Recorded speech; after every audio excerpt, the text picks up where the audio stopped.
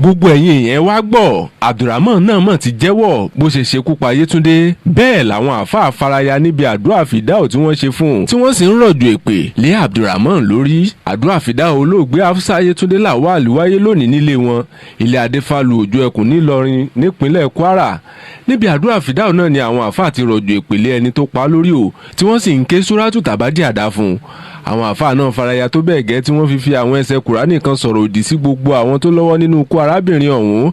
tẹ́ ẹ bá gbàgbé Hafsa Yétúndé Lawal ní àwọn kan tọ́ka ikú rẹ̀ sí àáfàá kan tí orúkọ rẹ̀ ń jẹ́ Abdulramon Muhammadu Bello nílùú Ìlọrin tí wọ́n ní ó ku òkú rẹ̀ wẹ́lẹ́wẹ́lẹ́.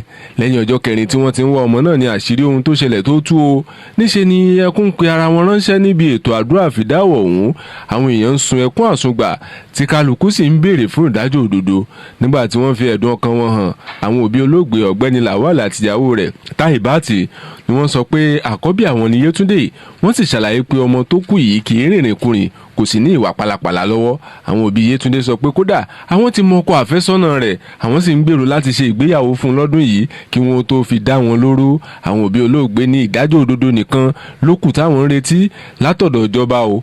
ẹ̀wẹ̀ alukoro iléeṣẹ́ ọlọ́pàá nípínlẹ̀ Kwara DSP Èjìrẹ́ Tóun Adéyẹmí náà ti fìdí ọ̀rọ̀ múlẹ̀ pé Abdulramon Bello afurasí lórí ikú náà ti jẹ́wọ́ ẹ̀ṣẹ̀ rẹ̀ níléeṣẹ́ ọlọ́pàá. nínú àtẹ̀jáde tí alukoro náà fi síta láti fìdí ọ̀rọ̀ yìí múlẹ̀ ó sọ pé Abdulramon Muhammadu ṣàlàyé pé òun pa Yétúndé láti fi ṣe oògùn owó ni. ó tẹ̀síwájú pé nígbà tí àwọn ọlọ́pàá dé ilé afurasí náà wọ́n bá ẹ̀jẹ̀ olóògbé náà nínú rọ́bà tó rọ́ sí. wọ́n tún bá ọwọ́ méjèèjì tó ti gé wọ́n rí àdá àti ọ̀bẹ tó fi ṣiṣẹ́ burúkú ọ̀hún. ẹbí olóògbé Hafsa Yétúndé Lawal tí wọ́n ṣekú pa nílùú Ìlọrin nípínlẹ̀ Kwara náà ti wá ń béèrè fún ìdájọ́ òdodo lórí ikú ọmọ wọn o. lásìkò tó ń bá aṣojú iléeṣẹ́ akọ̀ròyìn sọ̀rọ̀ ní ilé rẹ̀ ní agbègbè Adéfálù Òjó Ẹkùn nílùú Ìlọrin bàbá olóògbé náà ọ̀gbẹ́ni Lawal sọ pé inú ilé ni ọmọ òun wà ní ibi ìsọmọlórúkọ ṣáájú àsìkò tí ìṣẹ̀lẹ̀ láabi yìí wáyé. ṣàdédé ni ẹnìkan pè é lórí ẹ̀rọ ìbánisọ̀rọ̀ pé kó wá bá òun nílé ní agbègbè Ọ̀fà gáràjì ní ìlú Ìlọrin. oògùn ló fi bá ọmọ òun sọ̀rọ̀ lórí ẹ̀rọ ìbánisọ̀rọ̀ torí lórí ẹ̀rọ ayélujára Facebook ni wọ́n ti pàdé àti pé wọn ò sì tí ì ríra wọn rí.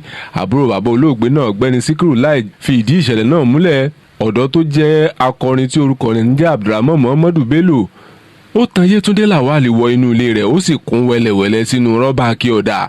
iye olóògbé náà arábìnrin Tahibati Lawal rọ ìjọba ìpínlẹ̀ Kwara àti àjọ ọlọ́pàá ìpínlẹ̀ Kwara láti ṣe ìdájọ́ òdodo lórí ọ̀rọ̀ náà.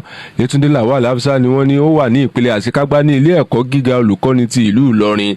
bákan náà ni a gbọ́ wípé olóògbé ọ̀hún múra láti ṣe ìgbéyàwó ní ọdún yìí. ọ̀pọ̀ àwọn olùbánikẹ́dùn ló wà ní ilé olóògbé náà ní Adéfálù Òjó Ẹkùn nílùú Ìlọrin kí Elédùmarè kó mọ̀ fi sọ rẹ̀ ṣọ́ wa o. Àròyé TV rèé ẹ láìkì ẹ sọ̀scribe kẹ́ ẹ sì máa fọ́lọ́. Òkè la wà téńté.